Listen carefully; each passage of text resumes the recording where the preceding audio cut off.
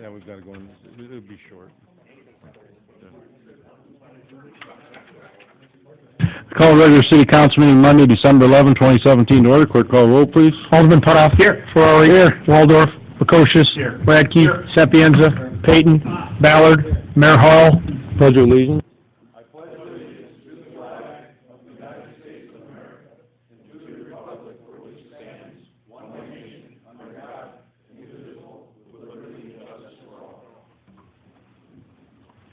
Okay, do we have any public comment on any agenda item? Cards filled out? No, Your Honor.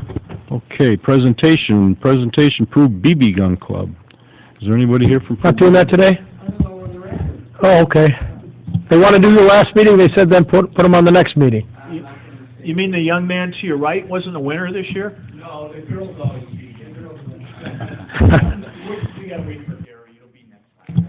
Okay, we'll go into Finance Officer Justin Miller for an audit presentation. Did you want to? I thought we were going to. Oh, I'm sorry, yep, you asked me just a second ago and I guess I forgot. Okay, we're going to switch it up here just a little bit and we will go to the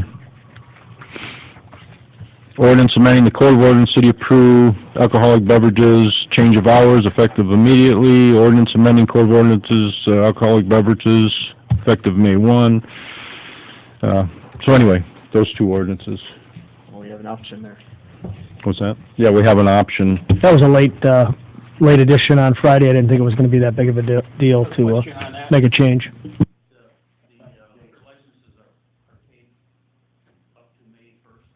That's correct. May 1st through April 30th.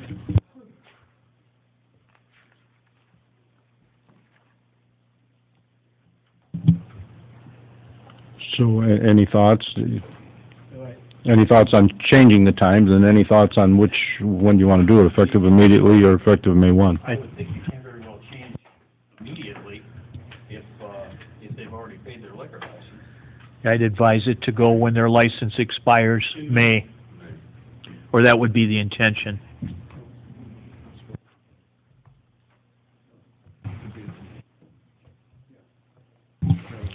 Okay, so then I'm looking for a motion to approve the ordinance with the change of times effective May 1, and that'll be 2018, May 1. May 1, 2018. And the change is, it shall be unlawful for any person operating a premise licensed for the sale of alcoholic liquor to allow the premise to remain open during 2 a.m. to 6 a.m. on any day. Currently, it's 3 a.m. on Friday and Saturday. Any discussion or any talks? I think it's consistent with other local areas. I think our neighboring city just adopted it. And certainly 2 a.m. is enough time.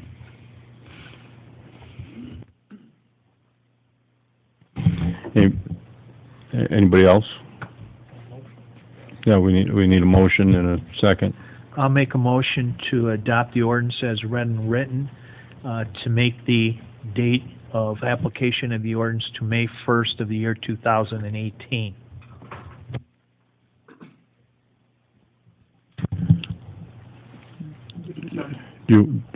Second from Alderman Radke. Then I'll read it again. It shall be unlawful for any person operating a premises licensed for the sale of alcoholic liquor to allow the premises to remain open during 2 a.m. and 6 a.m. on any day. Is there any other discussion? We'll have a roll call. We'll quick call roll. Alderman Putoff. Aye. Ferrari. Aye. Lukosius. Aye. Radke. Aye. Sapienza. Payton. Aye. Ballard. Aye. Motion approved.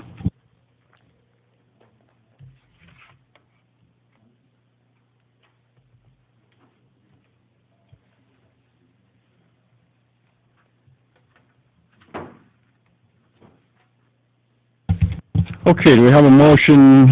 Oh, no, we have Justin Miller, Finance Officer.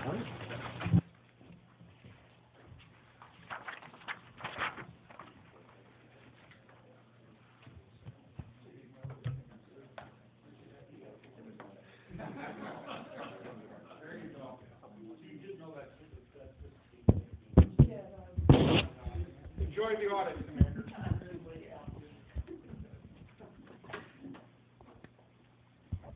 All right. Oop, a little too close there.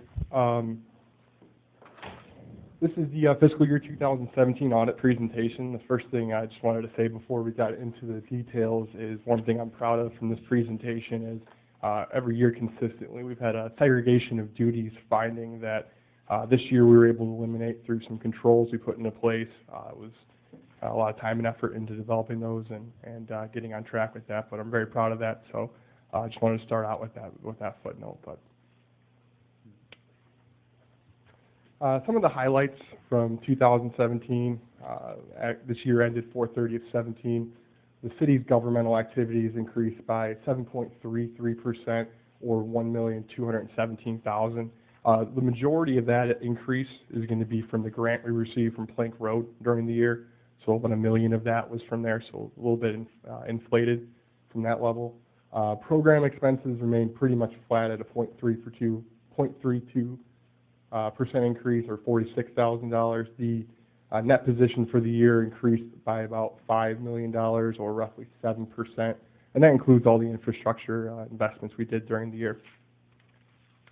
Some of the breakout of the revenue funds for fiscal 17, about $10 million in sales tax. That's about 70% of our total general fund budget for revenue. Some of the other major categories, property tax, which includes the increment we received from TIFs, at $1,124,000. Income tax from the state, $974,000. Hotel tax, $397,000. Telecommunications tax, $224,000. Gaming tax just was the next one down. I only show the top four. I think it was about $215,000. Business type funds, obviously the largest proprietary fund we have is the utility fund, and that largest element of the utility fund is the electric light sales or electricity sales at $24,619,000. Water and sewer, just under $5.5 million. Landfill, $410,000, and airport, $85,000. Some of the explanation of capital outlay. For the general fund, the three big projects for the year, well, it seems like a while ago now, but Venture Drive at $587,000, the general fund street program at $500,000, and we actually had a portion of Plank Road included in fiscal 17, which is just about $275,000. The cost of services for the general fund, the largest portion of that would just be your general, a lot of labor, public works, and payroll items in that, just under $5 million. Public safety, just under $6 million. For the business type funds, the proprietary, obviously, as I stated, utility fund being the largest, total capital outlay was $4.75 million. The largest being the latter half of the public works building that was completed during the year. Consistently as well, we have sewer separation. Every year it ranges from about 1.3 to 1.5, and this year, no exception, it was 1.5. Water street project with FEMA was for sewer, it was $285,000, and the cost related to the business type funds, cost of electricity and water, production cost was just over $24 million, and the utility payroll was $1.85 million. Just a little illustration showing where the major funds or major infrastructure investments were made. Largest portion being the public works building for this year. One point I'd like to note there is, it was something that we were able to avoid taking debt out for, so it was a little large expense during the year. It was something that doesn't go onto the general obligation, debt, or a different sort of financing option. So I think that's something to be proud of.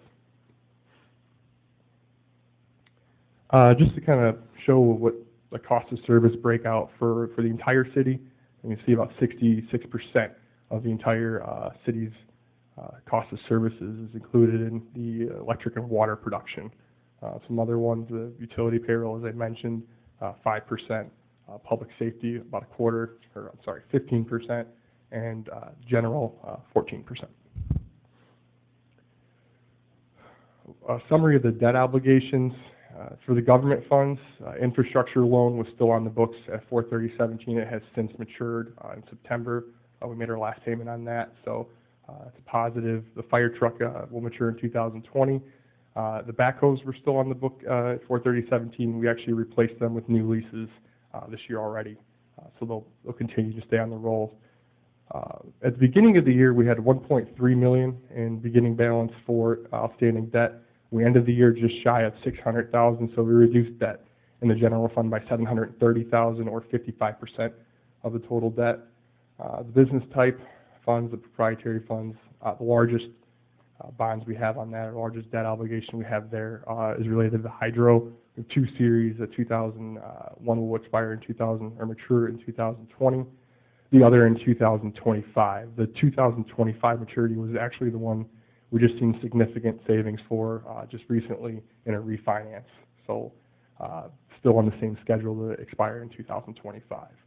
We have a wastewater obligation that will expire in 2020, and then a federal stimulus loan, which is our only really long-term debt in 2033, but it's at 0% interest, so there's not really an incentive to prepay that or anything. For the outstanding balance for the utility fund or for the business type funds, we started the year about $19,500,000, end of the year just shy of $17.5 million for $2,287,000 in payments or pay down into the utility fund debt, or 13% of the overall. Just a little summary of where we're at currently with our debt. Pretty equal maturity schedule. About a third between now and 4 years, another third between 4 and 10, and the final third over 10. The fiscal 18 debt payments, the yellow represents the utility fund, and the purple or blue represents the general fund obligation for next year. This chart shows, as the years go by, what debt obligations fall off or what the current payment is for that year. So you can see 2020, we have some large water fund or old water fund bonds falling off. 2026, you'll have the latter half of the hydro fall off, and then we ride it out to 2033 on the stimulus loan. Pension liability summary. Both the police and fire pensions, their plan members stayed relatively the same. There wasn't any changes that I could note of significance. Asset position for the police pension went up by about $800,000 during the year, which increased the funding percentage by 2% to 40% funded. On the fire side, it stayed relatively the same. We had an increase of $100,000, but the funding percentage remained the same. This chart shows year by year what we've been putting into the pension. As you can see, the increase recently over the last couple of years and maybe the last 10 years or so, with another large increase projected for 2018. We're looking to break $1.4 million in contributions to the police and fire pension. This excludes IMRF. That's all I had. If there's any other questions or anything I can get with. If anybody would like a copy of the audit, there's a sign-up sheet. I didn't bring a lot of paper copies, but I'd be happy to email electronic version to anybody that would want them. I think the council all has them. And then there's a copy of the slideshow if anybody's interested in that. But thank you. Justin, I think overall it indicates Peru's in a very strong financial position. I think some of the positives is you paid off nearly $3 million in debt. So that's certainly a positive, and really the strides in the pension, I think that's always an important issue in government entities, and certainly this shows that the city contributed nearly $1 million with cash in both the investments into the pension, so we are making strides towards that, but again, we'll have to continue that in the future to make a real dent in that. And I'd also like to congratulate you for the excellent job in the audit, particularly taking care of those items that auditors seem to highlight from a city standpoint for the last 30 years as far as direction of services, and certainly you've helped that out, and we appreciate that. Anybody else, any comments on the audit? Okay, do we have a motion to receive the minutes and place on file? So moved, Your Honor. Have a motion and a second. Is there any discussion? All in favor? Aye. All opposed? Motion carries. Do we have a motion to receive the activity reports and place on file? Second, Your Honor. Any discussion? All in favor signify by aye. All opposed? Motion carried. We'll move on to committees. Finance Safety Services, Chairman Putoff. Alderman Radke will handle disbursements tonight, Your Honor. Yes, Your Honor. Total disbursements for December 13 of 2017 are $1,407,174.46. I move that this report be received, placed on file, and the bills paid in the usual manner. We have a motion and a second to receive the disbursements, place on file, and pay the bills in the usual manner. Is there any discussion? Your Honor, I wanted to point out into dispersals, I think it's unfortunate that we have had a member of our community who has donated to the pool in the past, actually donated in 2011, 2016, and 2017 for a total of $4,000 that has requested and has been given the donation back from the pool. And I was under the assumption that when the donors did donate for the pool for a lot of great reasons, that money was held in a city fund and certainly we're trusted with taking care of that fund. When the plan of action was to build a splash pad, all those donors were notified by mail that if they did receive or did want to change their donation from the splash pad to a pool or take their donation back, that it was done at that time. And if I believe so, that was done probably a couple years ago.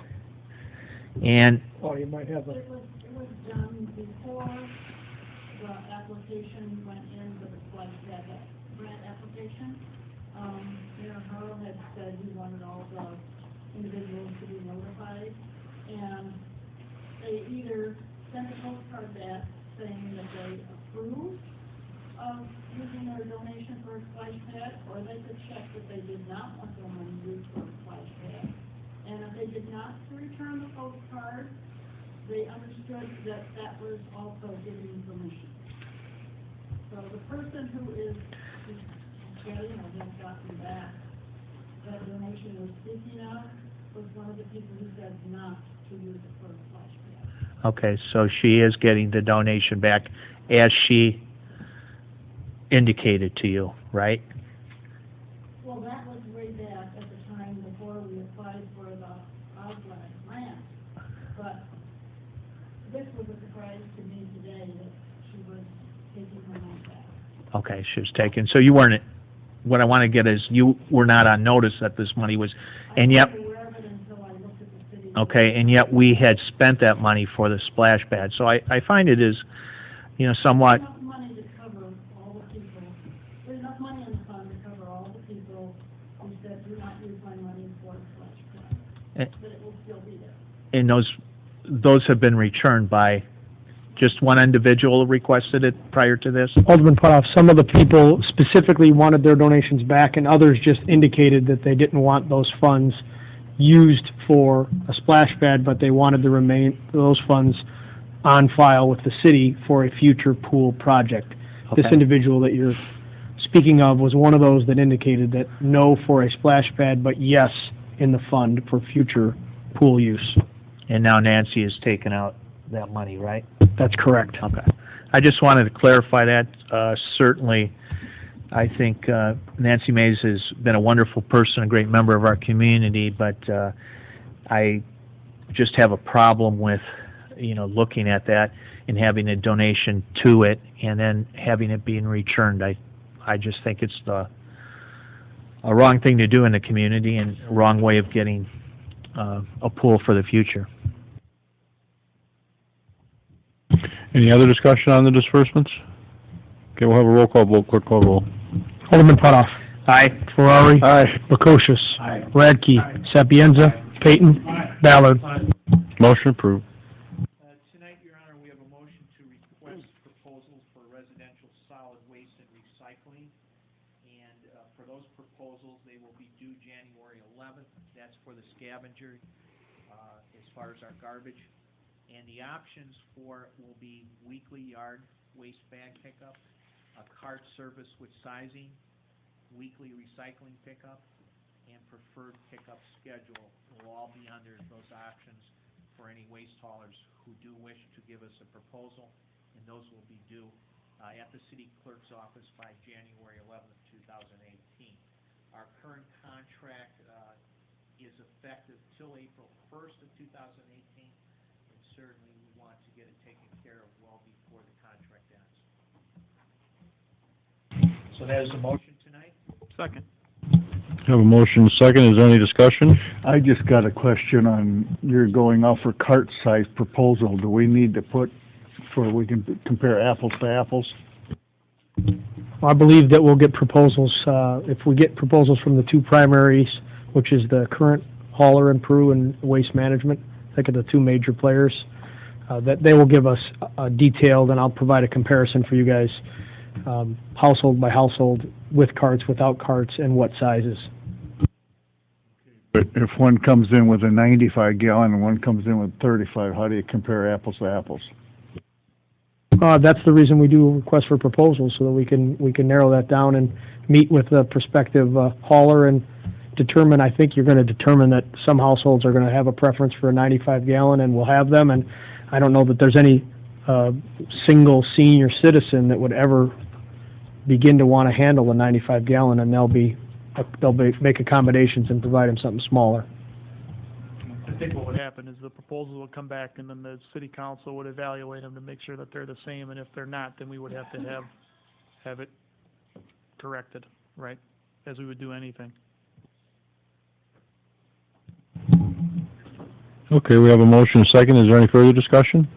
Have a roll call. Quick call roll. Alderman Putoff. Aye. Ferrari. Aye. Lukosius. Aye. Radke. Aye. Sapienza. Peyton. Ballard. Motion approved.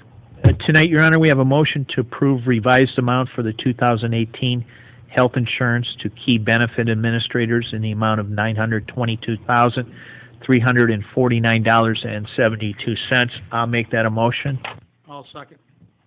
Have a motion second to approve the health insurance to key benefit administrators. Is there any discussion? Okay, we'll have a roll call vote. Quick call roll.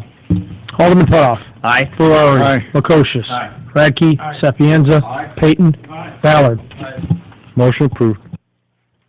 Tonight also, Your Honor, we have a motion to authorize a one-time payment of $3,500 to employees who shift from city insurance plan, $2,500 for one-time payment if already off the insurance plan and remain off. I'd like to make that a motion, Your Honor. We have a motion and a second to authorize one-time payment of $3,500 to employees who shift from city insurance and $25 for those that are already off the city insurance. Is there any discussion? Again, Your Honor, this is an incentive for the city since we will be going to self-insured. And Human Resources, Kim Reese, would you explain that to us in a very short manner?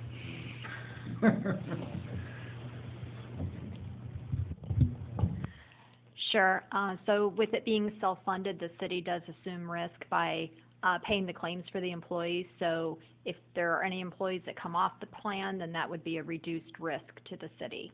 It would also limit the premiums because the city pays 80% of the premiums, so that would also be in the city's favor as well. Thank you, Kim. I think it's fine for a one-year trial, but I think we need to circle back after the first year and see how much money, if any, that we save by doing this, and then, reserve the right to next year, maybe not do this program or continue the program. So I think for a one-year trial, I think it's fine. I think that's the plans of it right now. We have to analyze if we come up ahead or behind on it. Families that, how many actually take advantage of this? Any further discussion? Okay, we'll have a roll call vote. Quick call roll. Alderman Putoff. Aye. Ferrari. Aye. Lukosius. Radke. Aye. Sapienza. Aye. Peyton. Aye. Ballard. Motion approved. Tonight, Your Honor, I have a motion to execute a letter of engagement for actuarial services with Foster & Foster for the following. GASB number 67 in the amount of $1,545. GASB number 68 in the amount of $1,545. GASB number 45 in the amount of $2,575. Justin, could you tell us what all of those different numbers pertain to?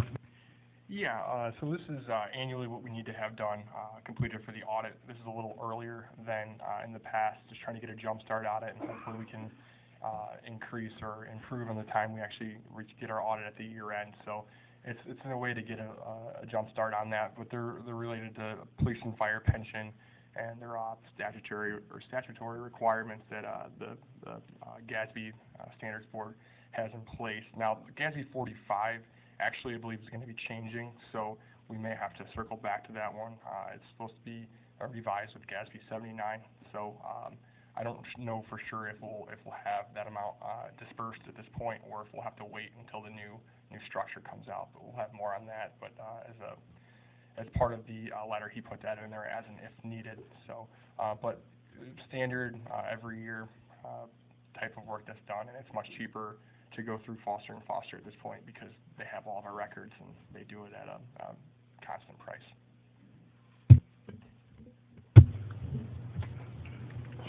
Roll call. Any other questions? Okay, we'll have a roll call vote, clerk call the roll. Alderman Putoff. Aye. Ferrari. Aye. Lukosius. Radke. Sapienza. Payton.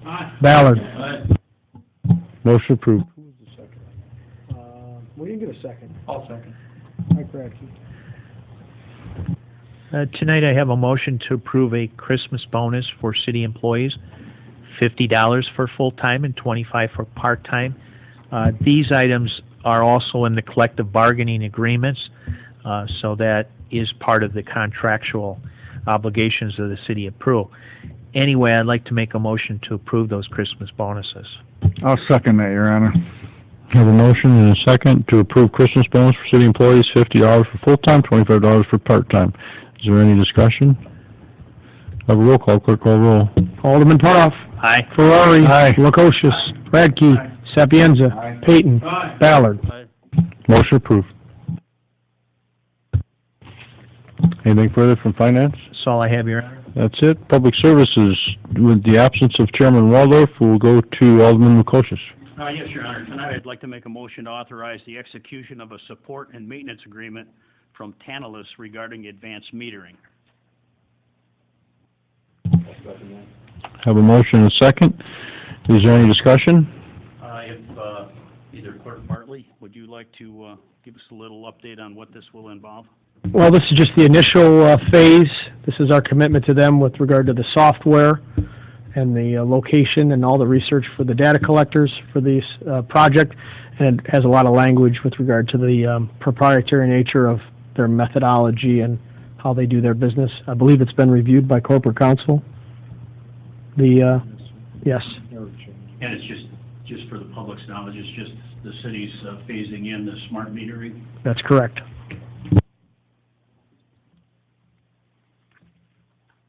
Is there any discussion on that?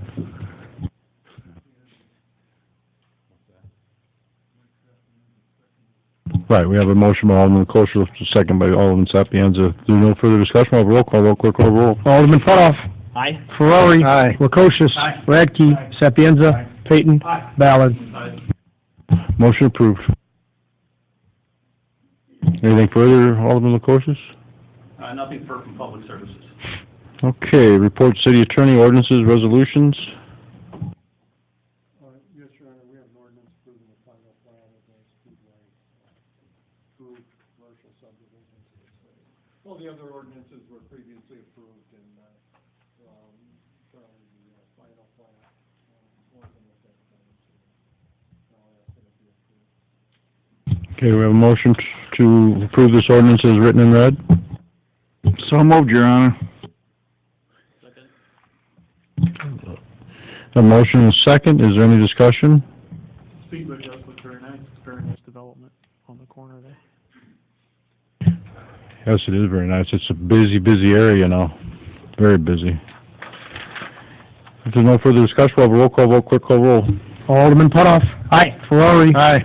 Lukosius. Aye. Radke. Aye. Sapienza. Aye. Payton. Aye. Ballard. Motion approved.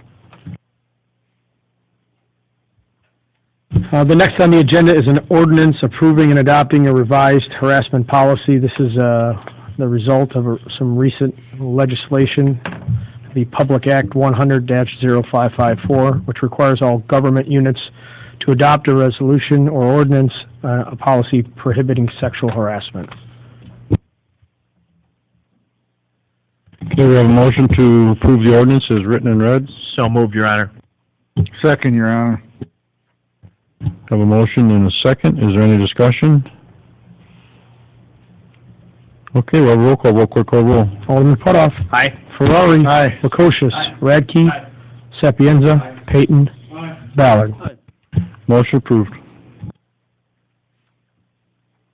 Next on the agenda is an ordinance authorizing the execution of a land lease agreement by and between the City of Peru and Brad Deckert and Jane Deckert at the Peru Airport. Have a motion to approve the ordinance as written and read. So moved, Your Honor. Have a motion and a second. Is there any discussion?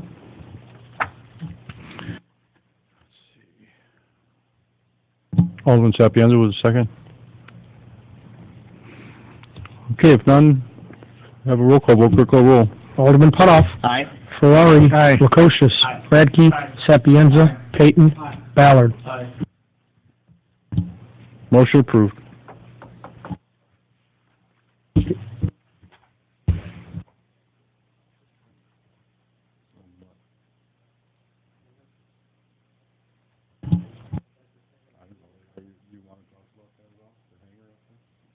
Well, it's just for the construction of a new hangar, by a private individual. But it's one more step in the, the ongoing process, of updating the airport. We've got a lot of interest in hangar space. All of our space is filled out there. And, the city is also looking at possibly, going out for bids on 3 additional larger T hangars. We've had requests from corporate, customers looking to house their aircraft and bring them here from other areas. So you'll see some changes going on at the airport. That's the third private one to be built in the last, 2 years? That's pretty good.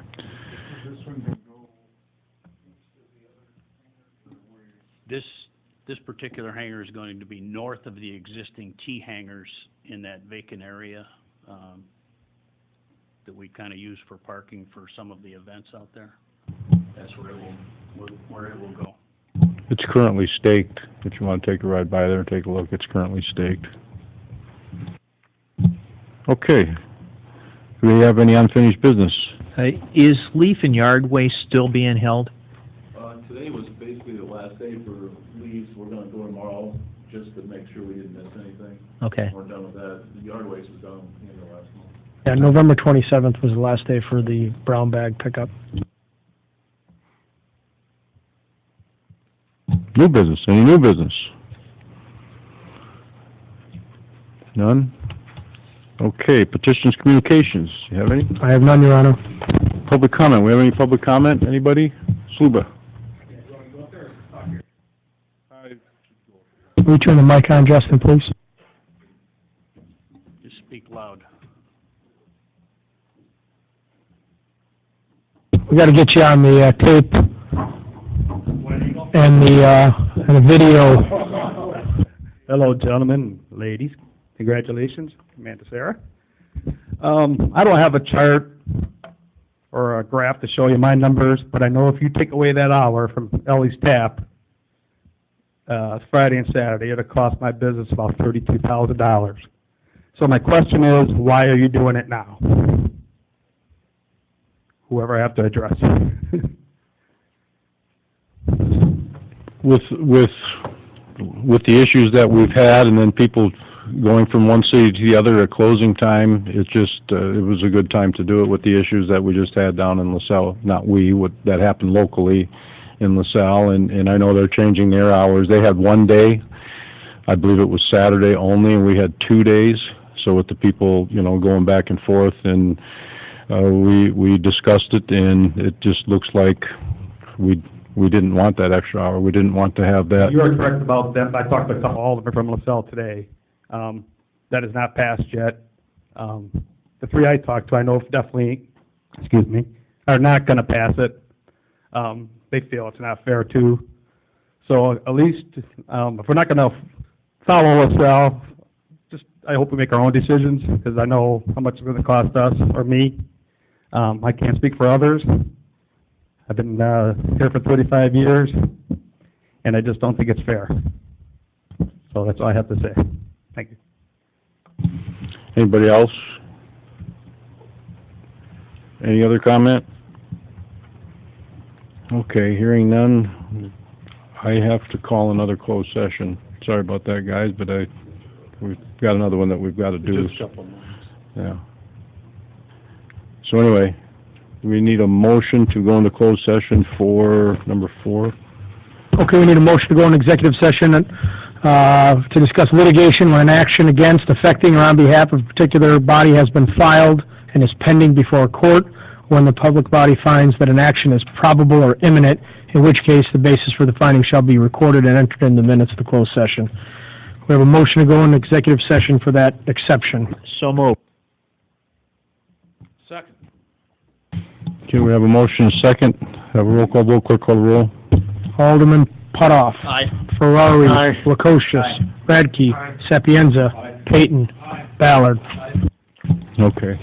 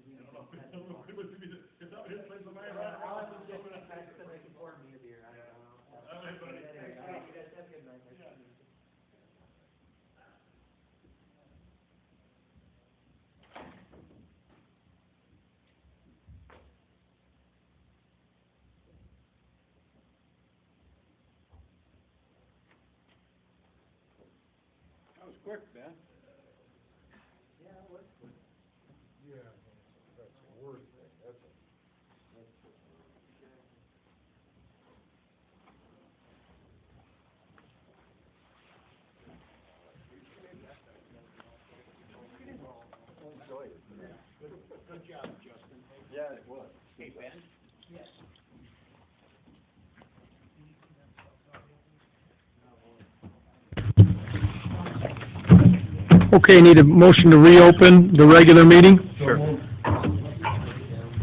Alderman Putoff and Mike Sapienza. We'll do a roll call vote. Alderman Putoff, Ferrari, Lukosius, Sapienza, Payton, Ballard. And then, we need a motion to adjourn the regular meeting.